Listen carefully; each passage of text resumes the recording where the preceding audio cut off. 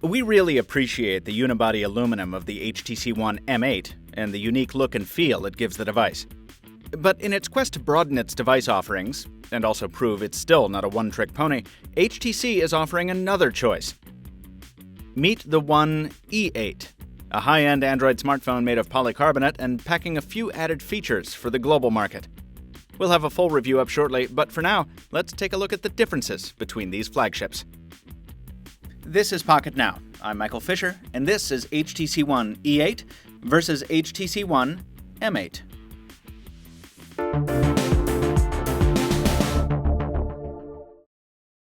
This is one of those comparisons that's almost entirely aesthetic, because HTC has done a pretty good job at maintaining feature parity between these smartphones. The only significant changes on the spec sheet are band support differences for various markets, dual SIM support in some E8 models, and the reduction in onboard storage and removal of the IR transmitter on the E8. That leaves out the biggest hardware difference, the camera, but we'll get to that in a second.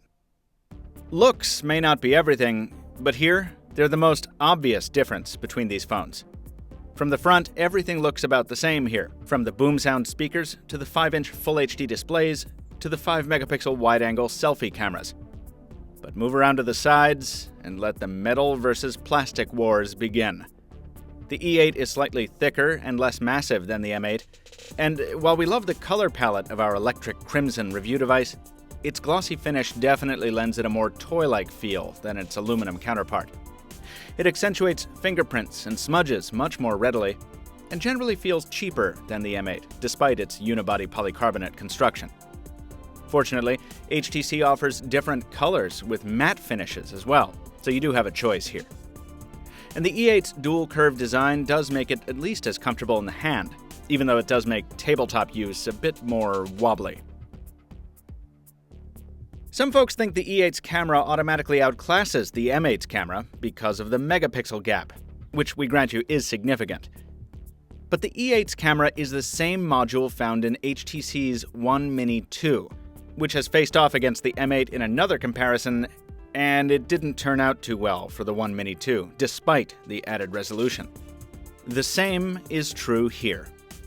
This has nothing to do with the M8's Duo sensor, whose faux bokeh photos can easily be replicated with an app like Google Camera. And we also don't think many will care too much about the downgrade in the LED flash.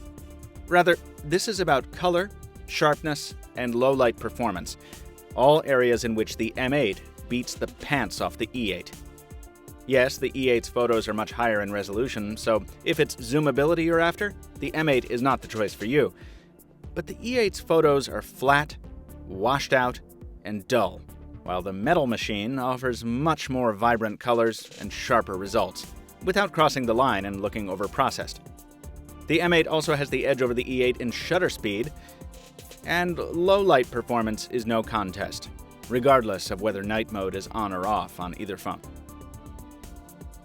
And finally, the M8 offers greater field of view, so you can fit more into each frame, something which surprisingly goes for the front-facing camera as well. We'll have thoughts on the E8's video performance in our full review, but the wide and tight of the camera angle is this. Unless you place resolution above literally every other aspect of a smartphone camera, the One M8 is the superior choice here. The E8 does get a chance to shine in other areas, notably Wi-Fi reception, where it slightly edges out the M8. It's also more comfortable to hold for longer periods of intense gaming or other high-demand activities, as the plastic shell doesn't get nearly as hot as the M8's aluminum cladding. And oddly, the E8's display is also slightly easier to see through sunglasses. If those seem like small distinctions, well, they are. And everywhere else, from voice quality, good, to battery life, good, to the slick and responsive Android build, great.